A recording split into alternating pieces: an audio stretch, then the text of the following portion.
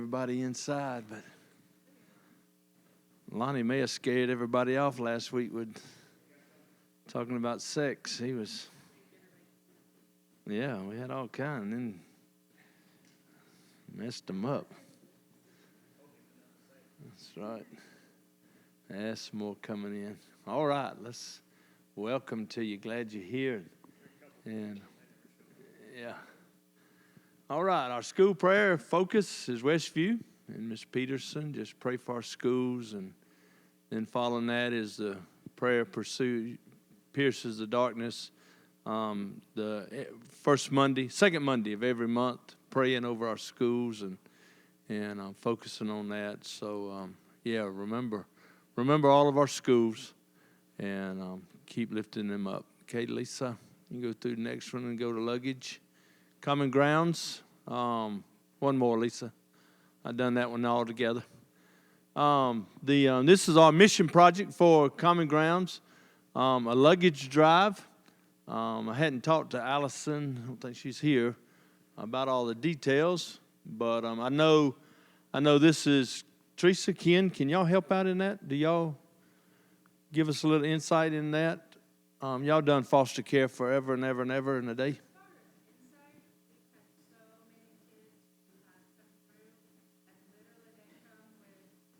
Paper bag or nothing.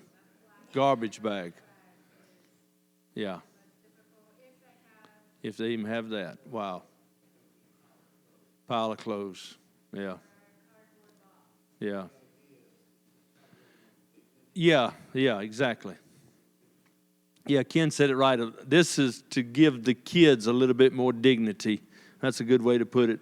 And drop off the new, gently used duffel luggage at the coffee shop. If you have some suitcases you don't use, and they would be very grateful, I know, to have a suitcase. So that's what we're doing for February. So continue to just pray about that and let the Lord lead you in that. It's a good thing.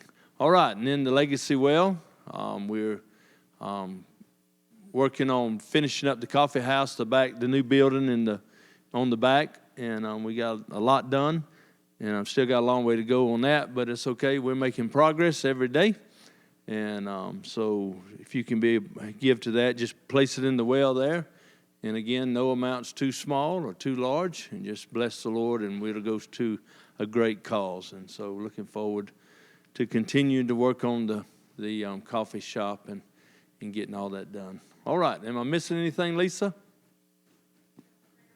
Yeah, I'd mentioned that with the other one. And piercing the darkness second Monday. So, yeah. All right. Well, are y'all ready?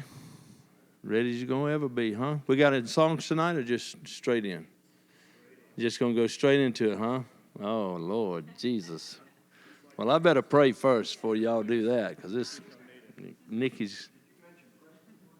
Preston, yes. Remember Preston? He had, Preston Culverson, he had COVID, and he's been to the hospital 3 different times, and but still, and back in today, and they admitted him today, so we need to really lift up Preston and Judy and pray over them. And Gippy, has anybody heard from Gippy today?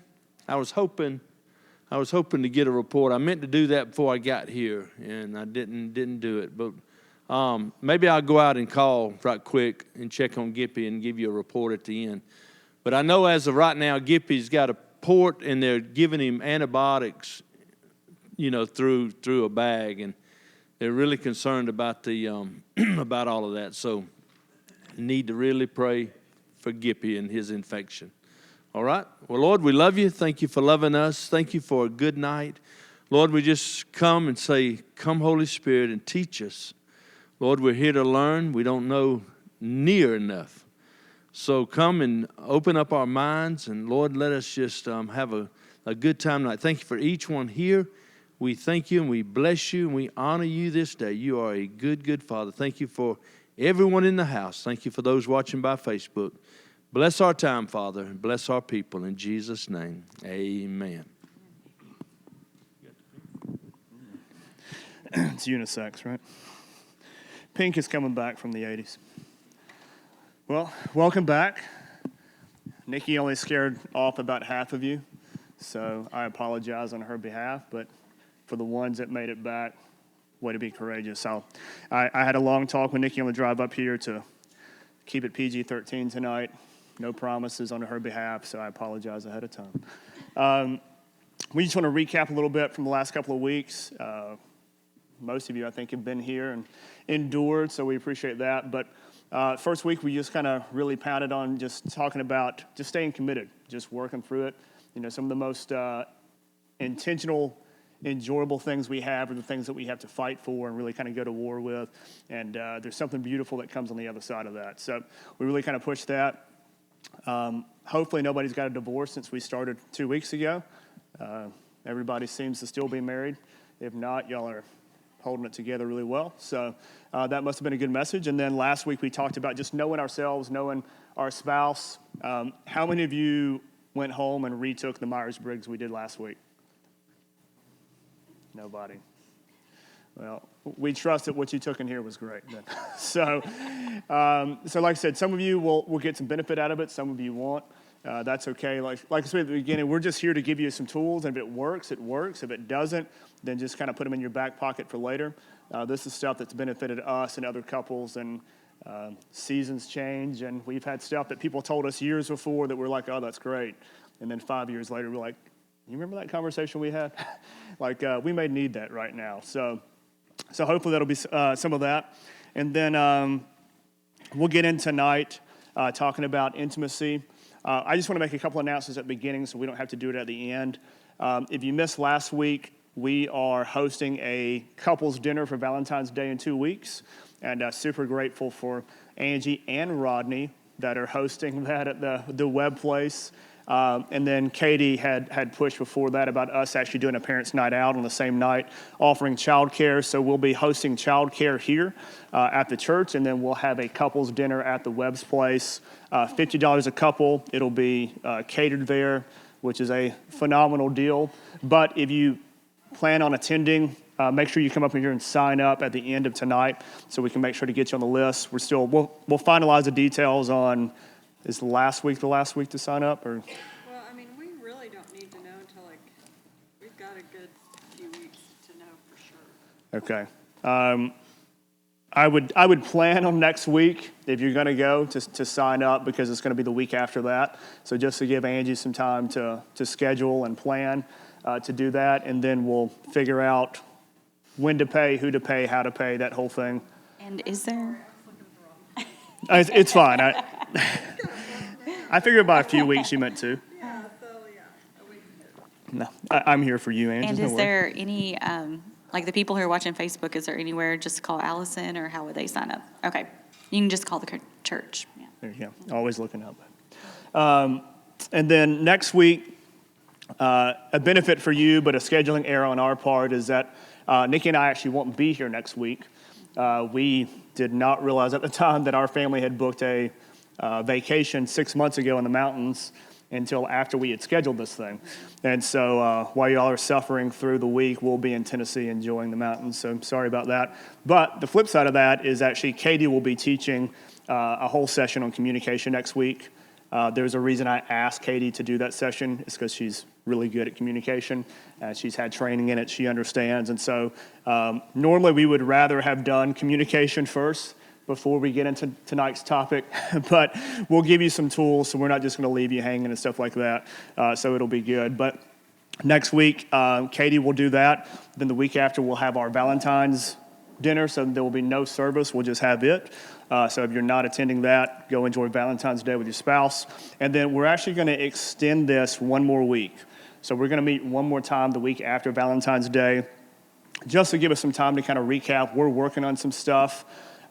If you're not aware, because we just became aware that Nikki and I are actually stepping in the role to lead marriage ministry here for Auburn Heights. We're actually going to come alongside and actually support what Don and Brad have been doing for years, and just kind of support them in what they're doing as well. And kind of the conversation we've had is how do we take something they've been doing so great for a specific group and magnify that into, if you're not considered a young married, how do we build something in a very beneficial, similar context to that for people that don't fall in that group. And so we're grateful for them. We're grateful for the input they've been giving us, and hopefully the continued input and just kind of leaning on them and that. And we're just going to be navigating what that looks like to actually have an intentional marriage ministry here. So we're working with other couples. We have other couples that will be coming on with us as well to help lead some things and lead some groups, but just want to kind of put that out there so you're tracking. We have some things in the work to kind of create some stuff that's sustainable, that you're not just getting a 4 or 5 week deal and we just wish you the best of luck and we'll see you next year, same time, same place. But so there are some things in the works, so just kind of stick around for that, but we'll cover that more in depth in a couple of weeks when we kind of do our final session here and give you some information and input on that. That's everything, right? Okay. All right. Now we get to actually jump into the fun stuff, right? Everybody came to listen about sex, right? Half of you didn't even know that's what we were talking on. We're actually talking about intimacy. We will try to keep it PG-13. I will. Nikki, you never know. But we'll try to kind of keep it there. But we just want to be transparent. Everybody's an adult, right? All right. And so we just want to be, there's always been kind of this weird context around sex inside of the church, like talking about the context, right? You grow up, and if you go through sex ed in high school or junior high, they tell you... It's 5th grade. Fifth grade, it's crazy, crazy. They tell you what, sex is bad, you get STDs, you'll get pregnant, you'll die from sex, don't have sex, right? And some of that is true. I don't knock it, but then you come to church and you're in youth group and they tell you don't have premarital sex, sex is bad, outside of marriage, and then you get married, and then you're in context of biblical sex, and then nobody talks about it. You just left to figure it out. And we kind of use the context, it's like, if sex is so natural and you just kind of figure it out, it's like if I said, Nikki and I, we don't talk about finances. It's just natural. It just works its way out. We don't talk about how to raise our kids. It's just natural. We just kind of work its way out. Like, any of you have kids, that's your motto? You're like, oh, Yeah, we never talk about our kids. Just never. flows the way it flows. We'll just figure this thing out as we go. And it's like, no, you actually have conversations about how you want to parent, how you want to interact with your children, how you want to have core values on how they're, like, you have conversations about this. You have conversations about your finances. You should be having conversations about your sex life, your emotional connection life. Yes. Right? Yeah. And more actual conversation. What we've realized, like, throughout the years is saying, I need more, I want more. That's not a conversation. Like, that's a statement. There's no questions involved. There's no actual communication about it. And so tonight we hope to open the door to actual conversations that you can have. Yep. And so we'll jump into, what is intimacy? I think it's kind of a very mythological phrase sometimes, because if we went through and I asked all of you to write down a definition for intimacy, I would probably get a definition different from every single person in here. And it's not that it's all wrong or it's all right. It's just this is your interpretation of what intimacy is. And Nikki sent me this. So she sends me slides all the time. She'll send me stuff like, what about this? What about this? What about this? And I'm like, no, yes, yes, yes, no, no, no, yes. And so I'll just kind of say like, hey, I think this will work. And so she sent me this one. And intimacy, into me you see, right? That's how intimacy kind of plays out. And it says, a feeling of being close, supported, and emotionally connected, being able to share with one another a whole range of thoughts, feelings, and experiences, and don't forget intercourse. She sent it to me, and I was kind of like, hey, I actually like that context, and we were talking, and she's like, yeah, I wrote that up the other day. And I was like, you wrote that? That's brilliant. That's why I married her. Well, I read a whole bunch, and I took what I liked and threw it together. Yeah.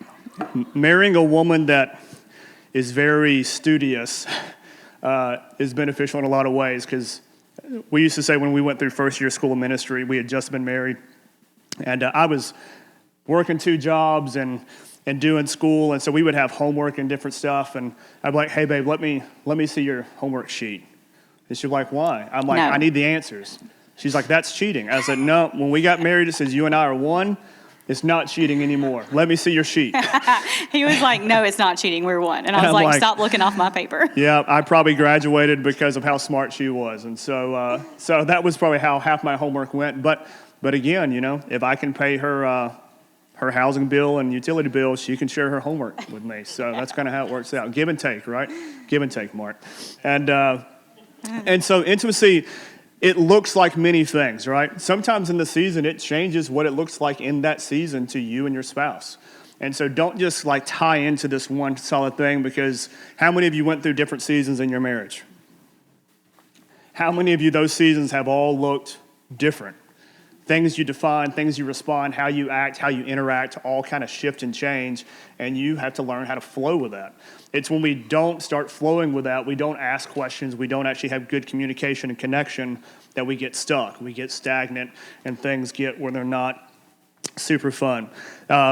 We've been listening to actually a bunch of different podcasts and books, but there was this statement from she's a sex therapist, and it made the statement. She said, there are two types of people: ones that need to feel emotionally connected to have sex, and ones that need sex in order to connect emotionally.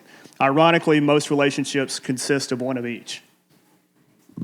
Does that feel like it probably makes sense? That when we get into it, you'll kind of start to identify, am I more emotionally connected individual, like I have to have emotional connection before I can get into any kind of physical sexual context? Or you're on the other side where it's like, hey, I actually need physical sexual intimacy with my spouse to get into like an emotional connection.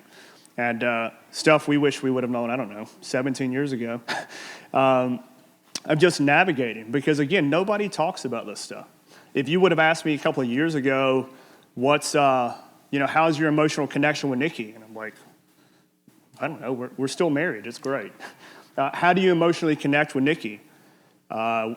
We hang out, we have sex, that's right, that's what you do in marriage. We talk right? about work. We talk about work.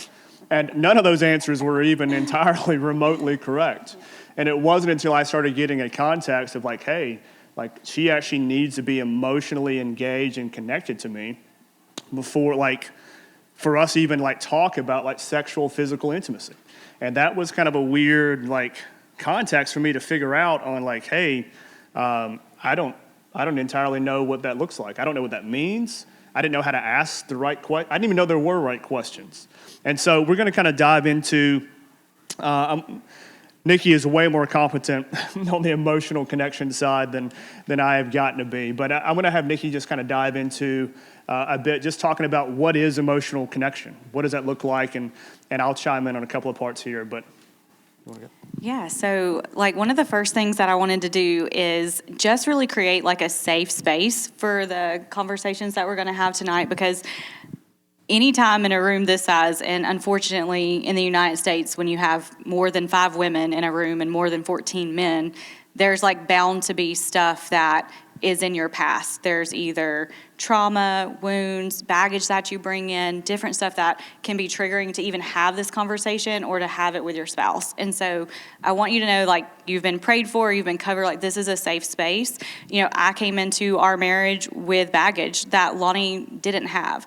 I didn't even realize that some of the wounds that I had until he became an officer and we talked about it, to even realize that people would get arrested for those sorts of things, you know, and like those are real things that, you know, you could be carrying around and brought in. And if you had premarital sex or you've been married before, or you've had infidelity, all of that stuff, it is baggage that comes in. And so I want you guys to know, like, we're not saying that we don't understand. There's some things we don't understand, but we're making room for all of this to be applicable to like right where you are and where you can pick things up. We want to give you tools to work through, especially with each other. And so if that's going on and you feel anything in your heart, if you'll just like stay in it with us, you know, we got you guys covered. So okay, that's right. It goes back to me. Okay. All right. Yes. Okay. So emotional intimacy.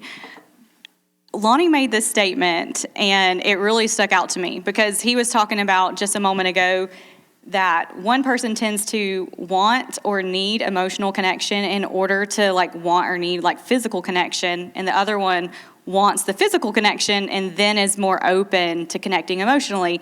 And we've always known I'm the emotional one, he's the physical one, and we figured that out. But one thing he stated is, even when like the sex therapist he was listening to said it, they said, even if you're the physical person in the relationship, you actually need to pursue the emotional connection first. It's that important. And to create grounds for that emotional connection is that important. And so I wanted to go over the definition of like what even is emotional connection. And so a healthy emotional connection means that you get to be your authentic self in your marriage, not yeses and nos or pleasing or anything like that, but your authentic self. Like, say what you mean what you say. You're your authentic self. You feel safe. You're able to be vulnerable. You feel equally supported, and you actually enjoy the time you spend with the other person. I thought that was funny. You actually enjoy the time you spend with the other person. And so that all sounds so good to be like, man, we really enjoy our time together. We're open, we're vulnerable, we're being our authentic self. But I want to say that, how do you actually create that? Like, what does that look like, you know? And I made this funny slide for men, not to say, because there are some emotional men in here, and that's great to hear. But I made this slide for men to kind of be a little cheat sheet for you, so you can screenshot it if you want to. Like, this is a man's guide to emotional intimacy. Let me say this real quick. Yes, for all the rest of the guys out there. Most of us are probably not super emotionally intelligent. It is a process we're learning. Unless you were brought up in a super healthy household that talked about emotional intelligence and actually exhibited that, a lot of us are still learning, and it could be a female thing as well. But some of us, have the emotional intelligence equivalent to grapefruit, and we're just not figuring it out. And it's not your fault. Yeah, and some of you guys are like, man, those poor suckers. That's probably the one that your wife is sitting next to you and like, I married the grapefruit. Like, just no emotional intelligence at all. Look, I was in the same boat. I'm still just learning how to swim out of the boat. It's okay. But there is a process of understanding, like, it's not a weakness. We kind of get portrayed as saying anything emotional, anything that has to do with that is somehow weak on a man's side is completely ignorant. Emotional intelligence is actually this great thing that you actually need to raise children. So you're not raising other grapefruit, right? All right, I have a son that I don't want to grow up and be like, he's a genius and has zero emotional intelligence at all, right? Not super healthy. So when you hear this stuff, guys, don't tune out or don't be like, oh, that's not relevant. Because if you want to be connected with your spouse and you're the physical one in the side and you want a great sex life, you better learn some emotional intelligence. There should be motivation in that in itself for you to stay tuned. Yeah. And so this applies like across the board. Like if you're a woman who struggles in emotional intelligence or like a man, it doesn't really matter. Like one thing that I read one time and it really made a lot of sense is there's so many men that you didn't even get the opportunity to be emotionally intelligent because we grew up with, it doesn't hurt, shake it off, walk it off. Oh, your best friend just moved away, tell him bye. Oh, that stinks, you gotta find another friend. Whereas like maybe if you were a girl, maybe someone said, oh, your best friend left, are you okay? Like there was a conversation about it. But just with our boys, like it's just a generational thing. It's a cultural thing. Like it's not your fault. That's what I want to put forth. It is really not your fault if you feel stunted in that way because it's just what was. And it's how our parents were raised. And we're breaking the cycle. And some of you here had healthy fathers and mothers who were emotionally intelligent. And if you have that, give that gift away because there's so many people that don't. And that can apply to girls as well. I was the girl that was told, I don't feel anything. My dad would not like me to share this story, but it's real. He'll own it. I hurt myself one day really bad and I was limping.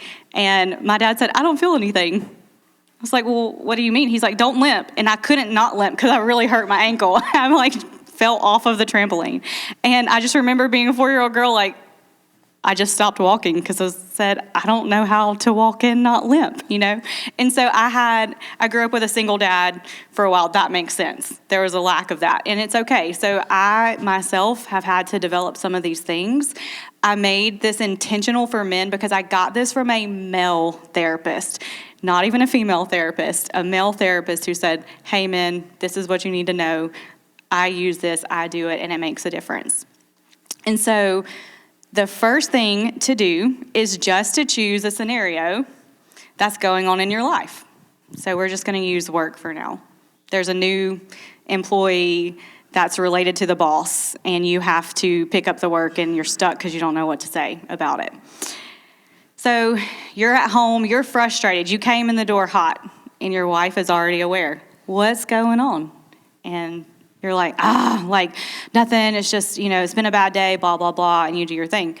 A better way to do that, because she already knows something's going on, is to say, I'm stumped. We have this new guy at work. I just found out he's related to the boss. He does nothing. My workload is doubled. The boys have baseball. I can't even get off on time to get them there. Give her the frustration. What's really going on? That's the first step. Then the second step, state how you feel. I'm confused. I'm angry. I'm mad. Or if you use other language, just whatever it is. How do you actually feel about the situation you're in? And then here is where the piece misses for a lot of men. You don't want to complain. You don't want to cry and not have a solution or anything like that. And women actually don't want to give you solutions. That's an eyebrow raiser. Okay, you think they do, but they don't. You'll find out why. So when you present your solution, you would say, okay, I think I'm going to give it another week and just, maybe talk to him directly, or, I'm just going to go straight to the boss. And if I lose my job, I'll lose my job. Whatever your solution is. You're going to tell your spouse your solution. Then here is the magic piece. You ask your spouse, what do you think about my solution? And you wait. And you let them speak to you, because here's something about men and women's brains. This is biology. I didn't make this up. This is proven. Men's brains are bigger. I'm a woman and I'm a leader, but they're better leaders. I will own that. They're focused. They have a focused thing. I get that. We're great leaders. I'm a great leader. I know that. But they're focused. They have a solution. They have an answer. And they are driving forces to make things be accomplished. But women's brains are smaller. They're 2/3 the size of a man's brain, but they work really fast at connections. And whereas a man is singular focused, a woman goes, here we go. There's a lot of holes in your plan. I probably wouldn't do that. I would wait. I wouldn't go to your boss. I would do this. This could go wrong. If you do that, you might expect this answer. So she's already facilitated all of the different ways and found holes in your plan, which usually comes across as critical when it's not. She's just being useful to you. And the more that your wife, she only wants to be useful, is when you take that and you reflect. I really just want to do this thing, but all right, if my wife is saying that, and her brain, if for nothing else, can do things that mine can't, let me wait. Maybe I should, apply what she said. Then step 5, if you need to change your solution, because she didn't just say, I think that's great, it's going to work out, it's perfect, I can't believe you came up with that yourself, all by yourself. Adjust your solution to include some of her insights, because again, they're valuable insights. And then when you've done that, adjust if necessary, you just repeat. That's emotional intimacy or emotional connection. And it's so simple, and it is not you have to cry, even though your wife does like it if you do cry sometimes, not going to lie. But it's not that you have to shed tears. You don't have to not have a solution and have a problem for her to solve. She just wants to be useful. And it's a beautiful thing that if you're in a marriage as a spouse, you want your husband to be strong and making decisions. But by God, you want him to listen to what you have to say. Because you even you do things he can't do, just in the brain. And so when you listen and you include and you adjust, we're secure. Not that he has to have me, but I'm important. And what I say is important. My usefulness just escalated in our marriage. And so that's a really big thing. Just think about when God made Eve for Adam, what did he call her? He said he made her as a helpmate, right? And so if you get to a place as a husband where your wife is no longer your helpmate, you could see where there would be some issues.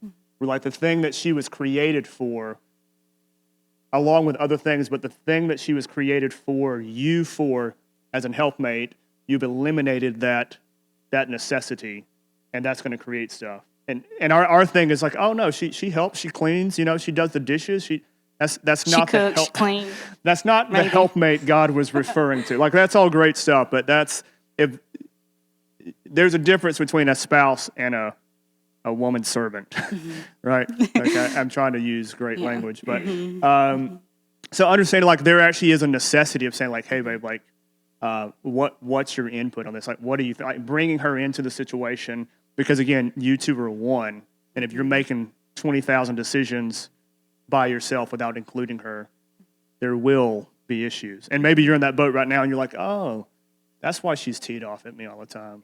It makes sense now.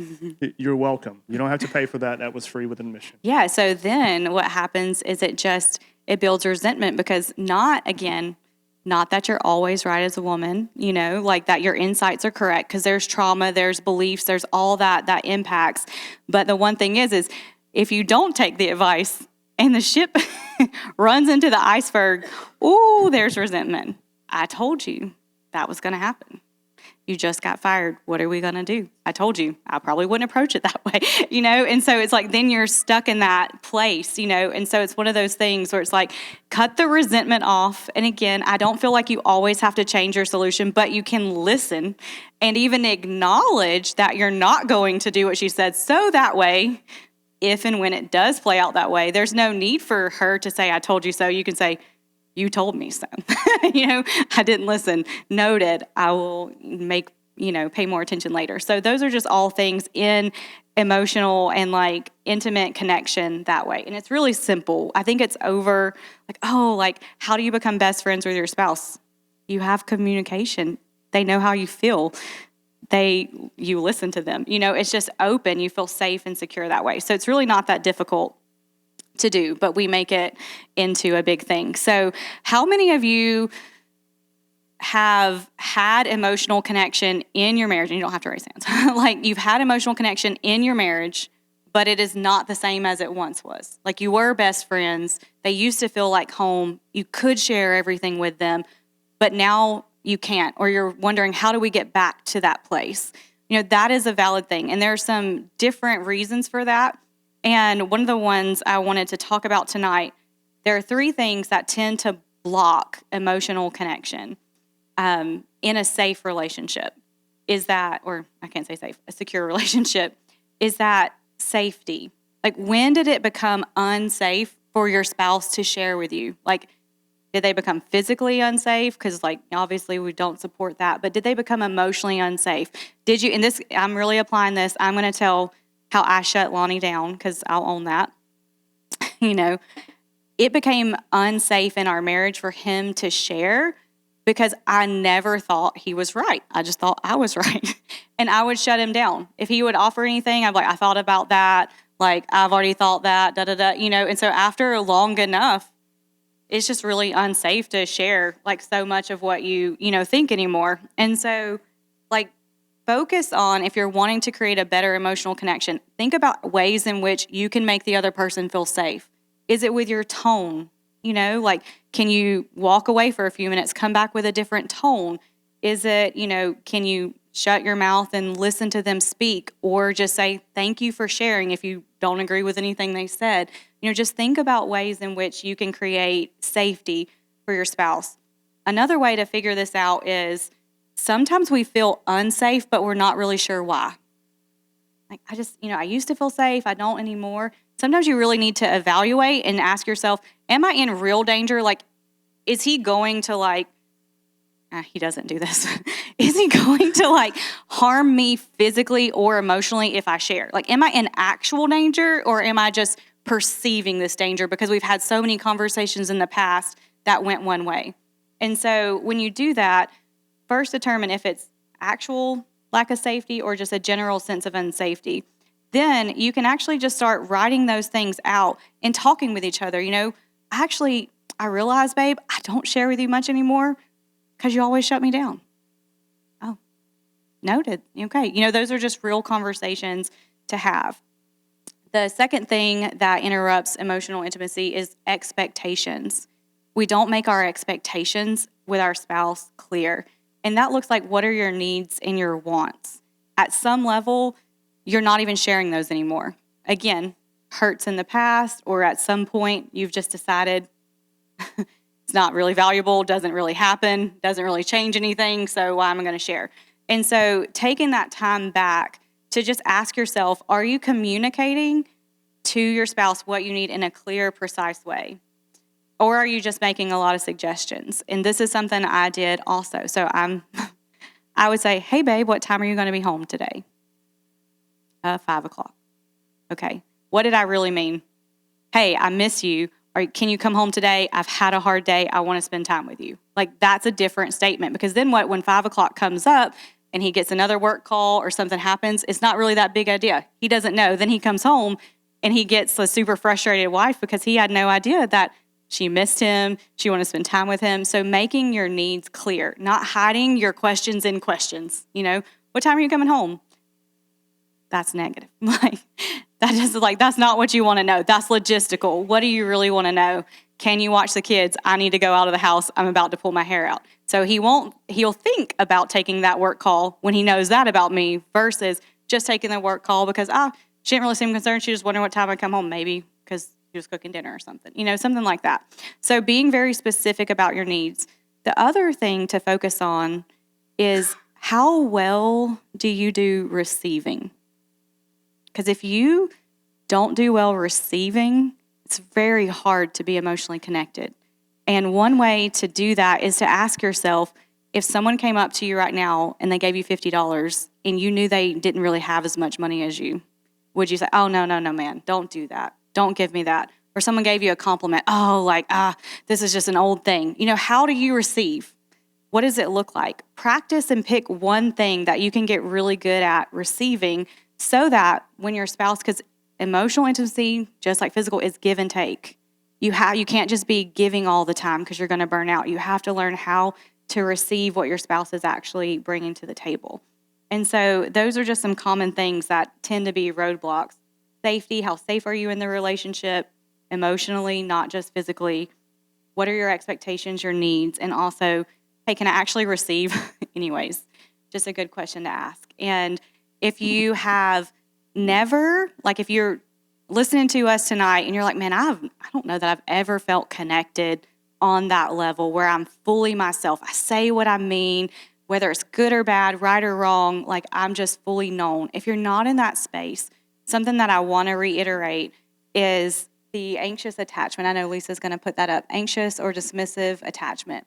So these are some traumas that happened typically, not all the time, but in childhood, where you either learned that your needs didn't matter, so why have them? Because they're probably going to get shut down anyways. Or sometimes people met your needs, sometimes they didn't. And so you didn't trust that people will meet your needs, because it's like, hey, today I need you, you're here. Tomorrow I need you, you're not there. So you just develop oh, well, I don't trust anybody to do this for me. And so if you're really lacking that space in your heart where you're like, I don't ever really say that I feel like home or fully connected, I would search into that and research why is that, and take another step and look into it further. So, okay. Yeah, and to recap on this, men, I say men, this is not always obviously there's kind of the other side. You can have the women that's more physically connected and the male can be emotionally, but predominantly it's male and female. But I would say this to the men, there's no replacement for emotional connection in your marriage for 99% of women. So if you think I'll just give her the best sex in her life and that's going to make us 100% better, great thinking, horrible idea. Not going to work. If there is not an emotional connection and she is wired or he is wired to have emotional connection, to feel connected to you, you could buy her and give her everything, but if you don't have that rooted, it's like we talked about love languages last week. You could put 90% attention into the lowest love language on their list and get a 10% return versus I could take half of that same investment and put it into the top love language they have and get a 90% return. So make sure you're putting energy into the right thing. And if they're emotionally connected driven, you have to have an emotional connection. It just is what it is. And especially, again, men, if you like being able to have a great sex life, you need to understand healthy emotional intelligence and being emotionally connected to your spouse. Everybody's tracking, right? So now that you've got through that, we'll get into the what happens if I'm more physically, sexually connected. Welcome to the club. I'm there with you. There's no shame either one. You're just wired the way you're wired. All right? It just is what it is, and that's okay. Just like we talked about in personalities, you are who you are. God created you that way, and that's okay. It's figuring out, hey, this is the benefit. These are the challenges I have to work on, and working on what you need to work on. Sexual intimacy is more than just sex, just more than intercourse. Right? I think a lot of times we just like, yeah, we have, how's your sexual connection? Oh, we have sex. Okay, great. You guys touch? Do you guys kiss? Do you just, your only connection point physically is just intercourse, like, right? You understand that there actually needs to be, when you first started dating, again, I'm not shaming you, hopefully you had more interaction than just having sex. Hopefully there was a buildup of anticipation. Hey, I actually like hanging out with this person. I had fun. Like, I would get jitters when I thought about our first time, like, kissing. Like, there's some kind of buildup and anticipation where you have this connection. And just like physically connected, I say this to women, if you're on the other end, you're emotionally connected, and I've heard this many times, all men want is sex. Incorrect. Unless you have the small percentage of just unhealthy individuals, men want connection. Just like you desire connection, men want connection, and if we are physically wired to get connection through sexual intimacy, that's because we're desiring to be connected. Now, do we always go around it, about it the best way? Not always. Sorry. We're learning. If you're like, hey, I kind of bump her elbow and give her the look, and it's like, I want to connect.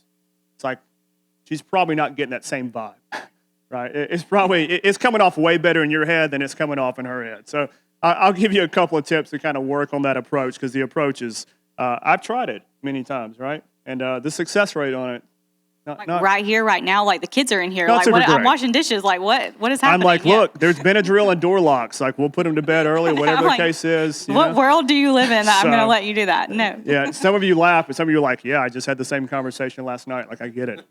Like, look. So I could go a lot different place with that, but I'll leave it alone. Yeah, Rodney. Rodney's already sweating over here that we're talking about some of this, and we hadn't even gotten to the good stuff yet. So, studies show couples that rate their quality of sex as good or great tend to have sex more frequently, whereas couples who rated their quality of sex as not good or worse had sex far less frequently. Quality sex takes good communication, openness, and practice, right? And so it makes sense. If you had great sex and it was fulfilling and connecting, you would probably want to do that more. Just like if you're emotionally connected, if you're having great emotional connection, great conversation, it's like, I want to have this more. If you trying to emotionally connect with your spouse is like talking to the wall, after a while you're like, it's not super fun, not something I want to keep repeating, right? So the goal in marriage is that we actually want to be connected and we want to have fun in the process. Marriage is challenging enough through seasons. Create as much fun in there as you can, because obviously you had fun at the beginning, right? You all said yes and got married. Any arranged marriages in here? All right, so you all had a choice. Congratulations. So there was at least some chemistry there from the beginning.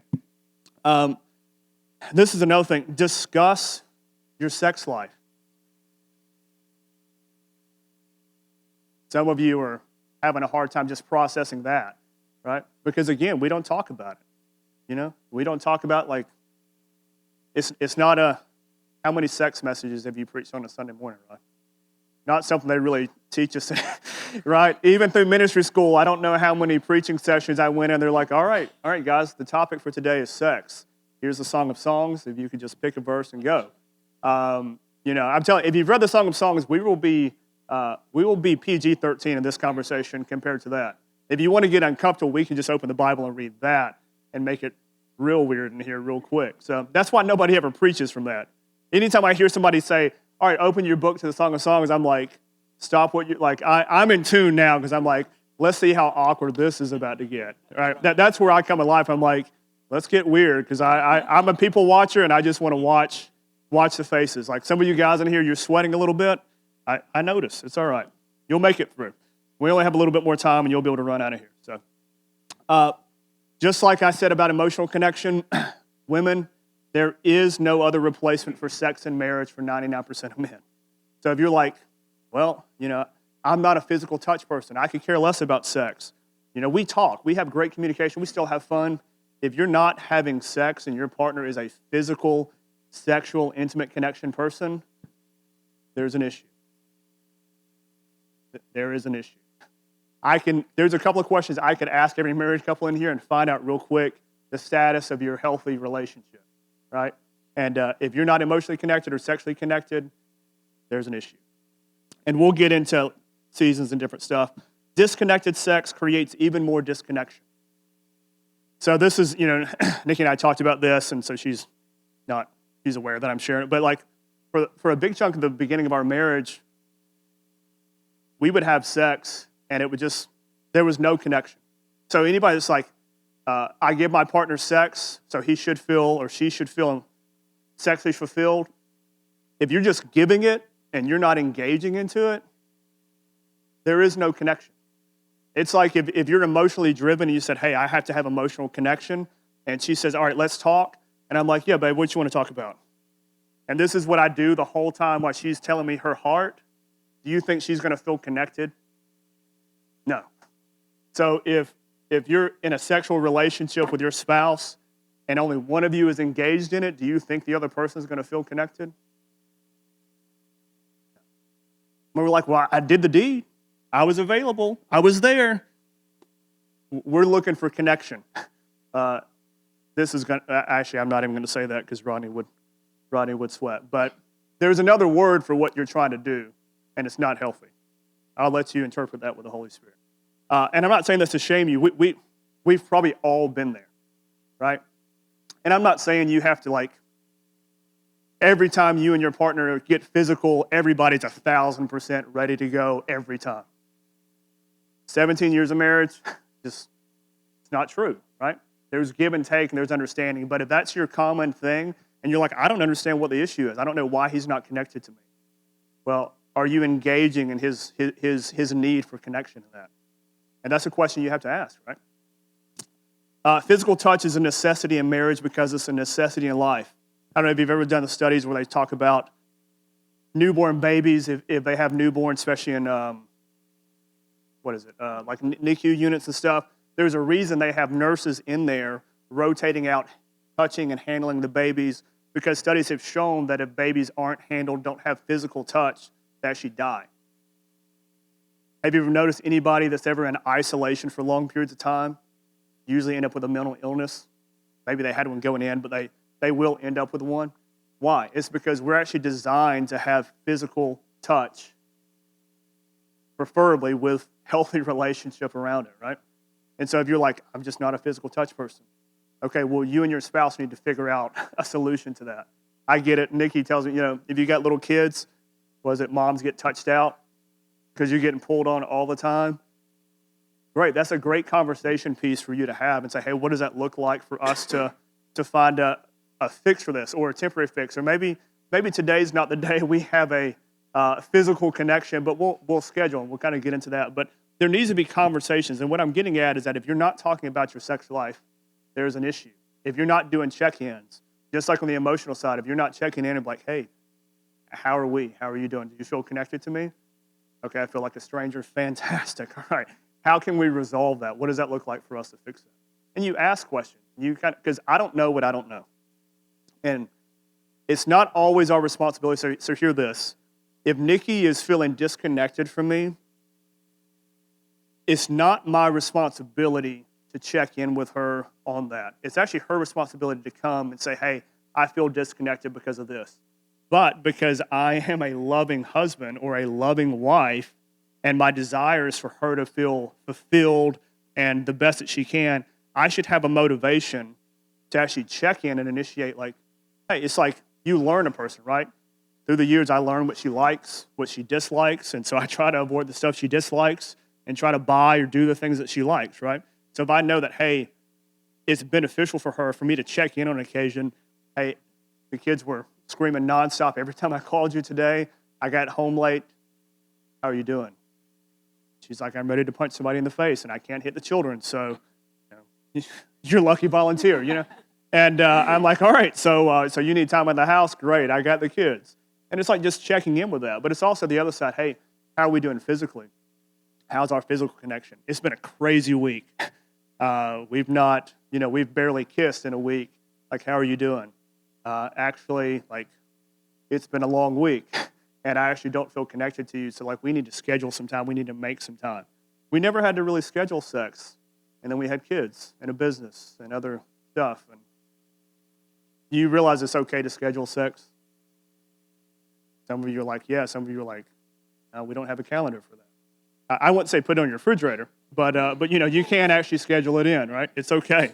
There's plenty of times where we're like, hey, like the kids are wilding today. Like I got meetings, I got this, she's got this. We're like, not going to happen. But tomorrow night, like we're putting it in the books, right?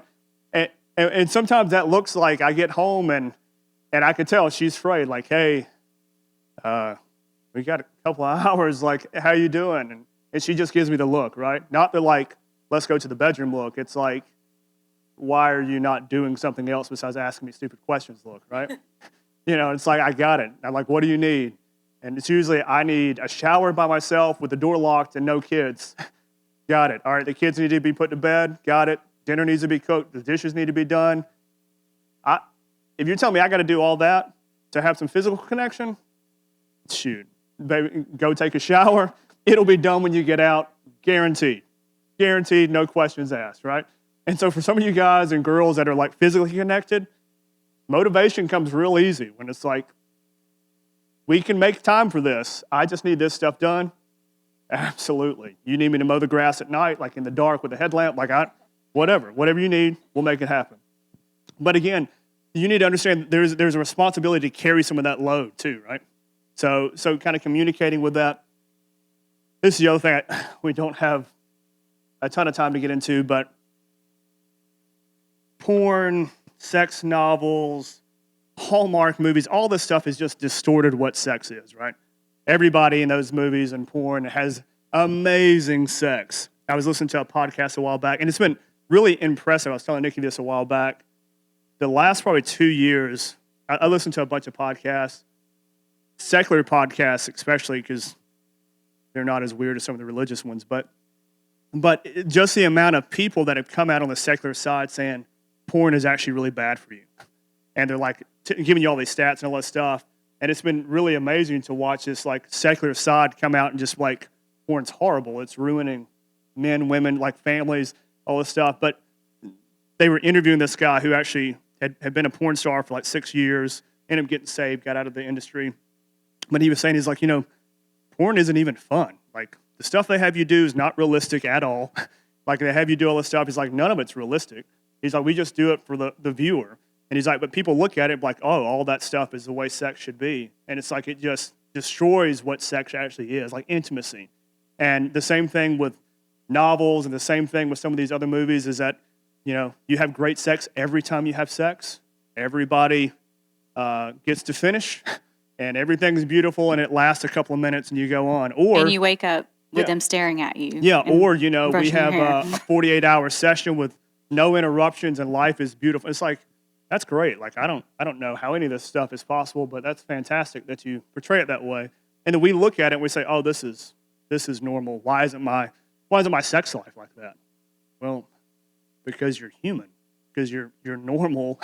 You have jobs and lives and kids and a marriage that has issues you're working through. Like, you have all this stuff. Welcome to it. Like, it's stuff you have to work on. So I would say,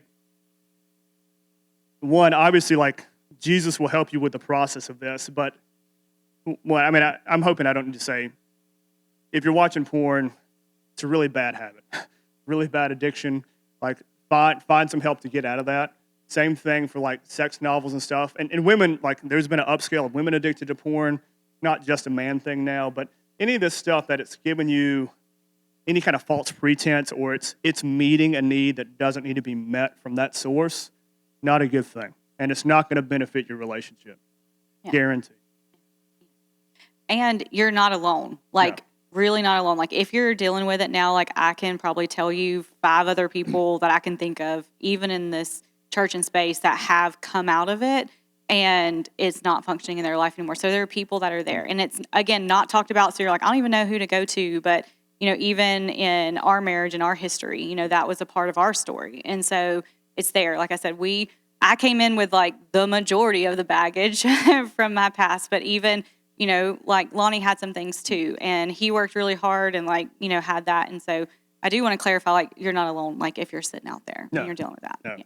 Right? Everybody kind of has a fallacy that, I remember struggling with porn and going into marriage thinking, to get married, that's a fix. You got to have sex whenever I want to, right? Everybody has that. I'll be all the time, sex all the time.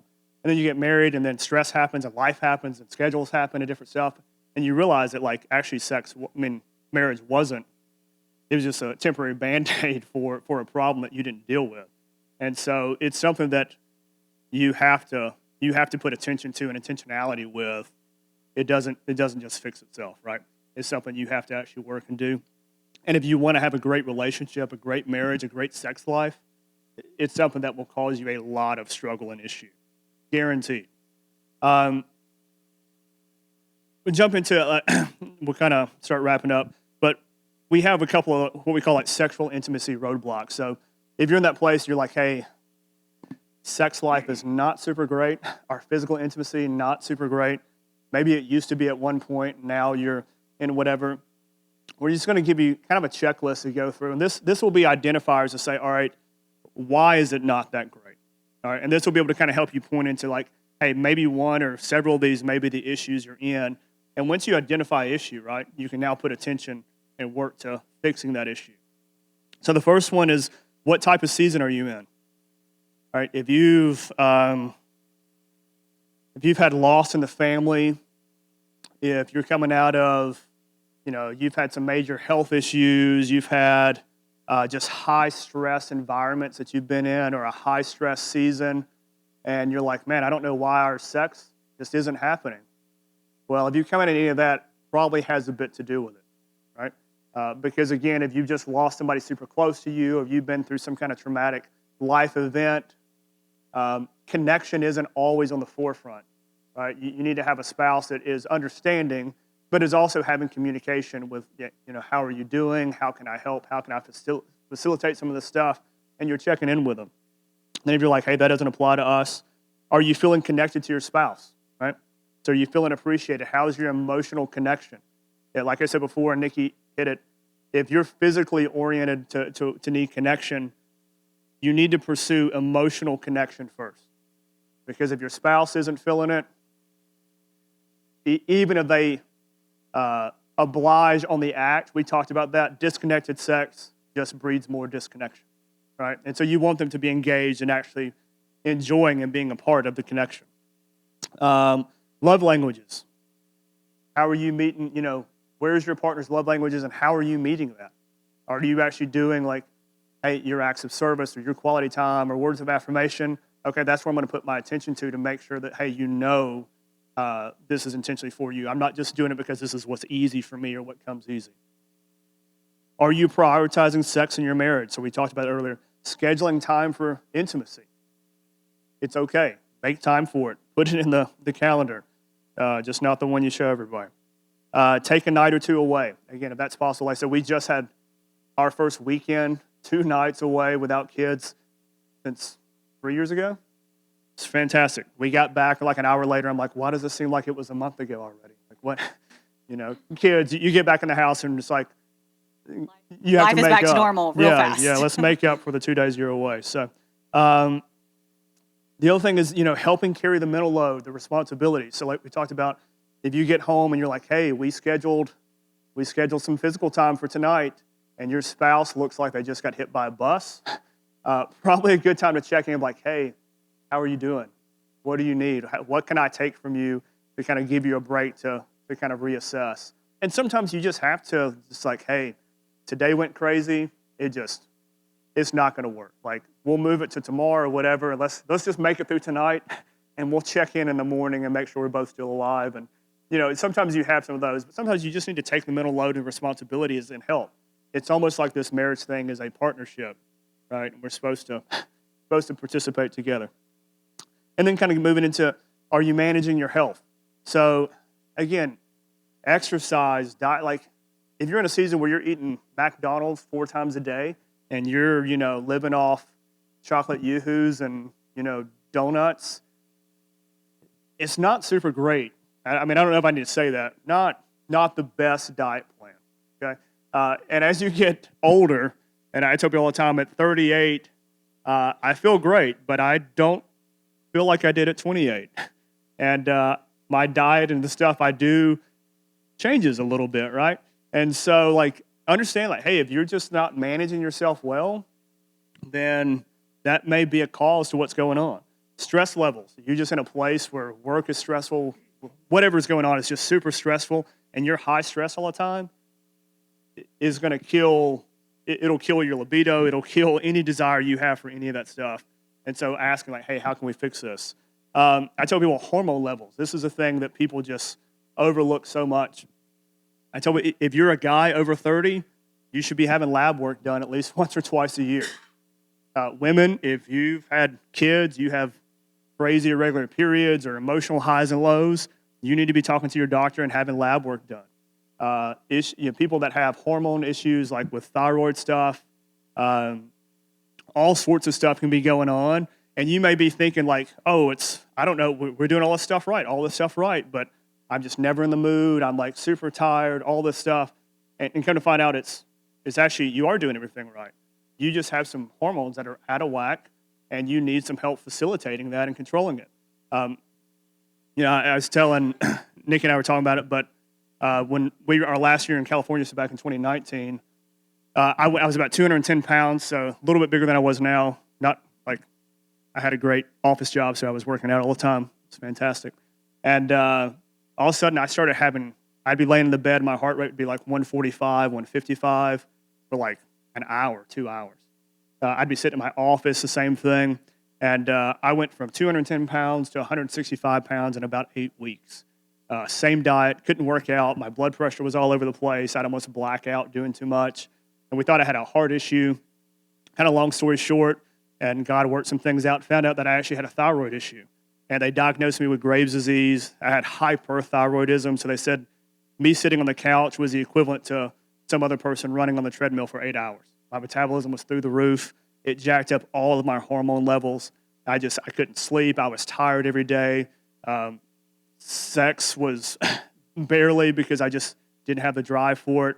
And as a guy, like, I can't speak for women, but as a guy, that is a challenging place to walk through. Because you're like, if I don't do anything else right, I at least need to have that going for me. And that wasn't going for me. And I went and saw my general physician. God actually healed my thyroid. Crazy story we don't have time for, but my hormone levels never balanced out. And so I went and saw him and had a testosterone test, and he's like, yeah, you're at 350, you're normal.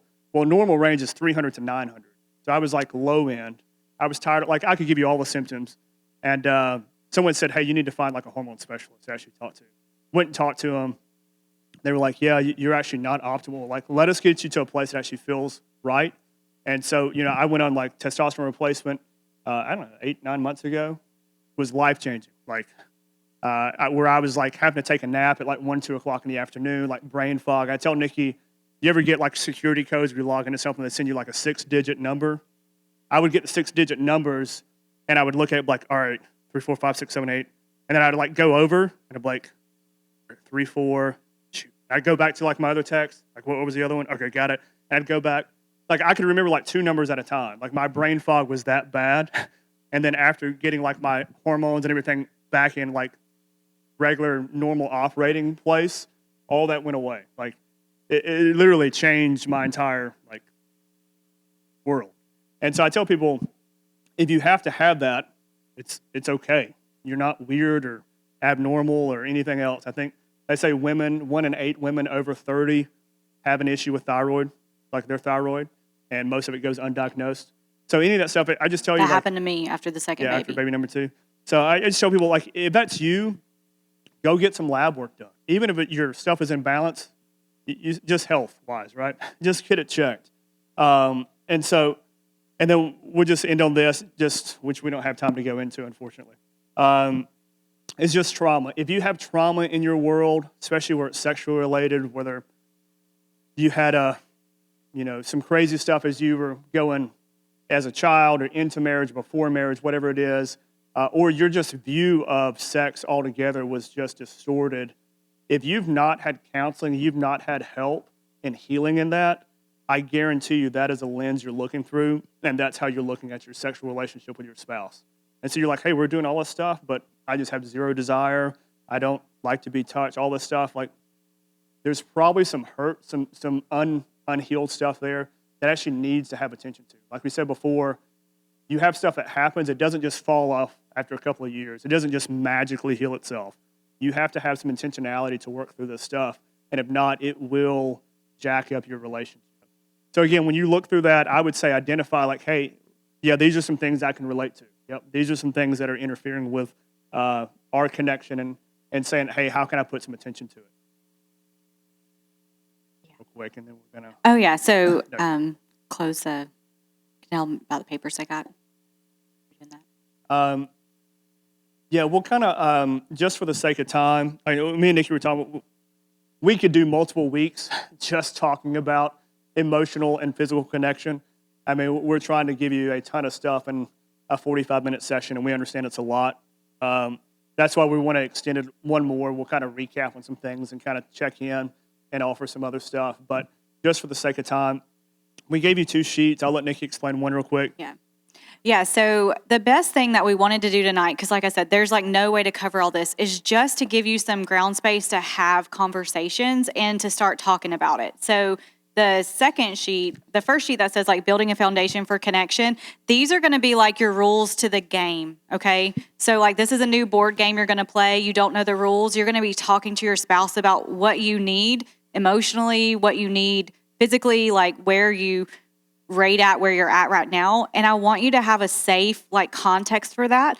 And so there's just 9 rules to the game, and they're there for you to know like this is how we need to go about these conversations, because these conversations can bring up a lot of stuff emotionally in both of you. And so we didn't want to leave y'all with like no way. And Katie's going to go over way more communication tactics next week, but this is just going to give you the rules to the game if you're going to start talking about this.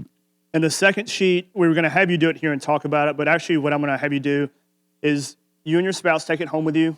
If you have space tonight, great. If you have to schedule it this week, without really talking about it, individually, without looking at your spouse's answers, you're just going to write down the answers on here that apply to you. So how do you think or feel you connect in your marriage the most? Physically, sexually intimate, or emotional intimacy? How do you think your spouse connects in marriage? And then how would you rate your current emotional connection, and how would you rate your current physical connection? And so you'll answer these, your spouse will answer them again without y'all. Don't cheat like I did in our first year of marriage with all our schoolwork. Do that, and then share the answers with each other. Do not be surprised. With your rules. Yeah, do not be surprised if you're not. We both scored a 7. Like, we both scored everything a 7. We were great. Like, the likelihood that you're both going to be on the same page is pretty, if you are, fantastic. But there's probably going to be some discrepancies in how you view that. And this isn't a fighting point. This is a talking point to say, hey, great, there's some discrepancies. Let's talk about how do we bridge that gap. If you rate it as a 3 and I rate it as a 6, like, how do we bring that together and get a little bit better in this? And these should be talking points that you have about that, okay? And then we'll kind of rehash that when we get back together. That make sense? If not, come chat with us afterwards and we'll clear it up. You want to?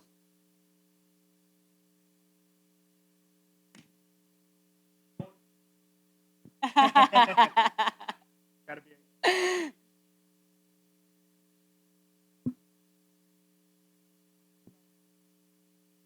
And Ari, knowing Ari, welcome their Bambino today, baby Lucas.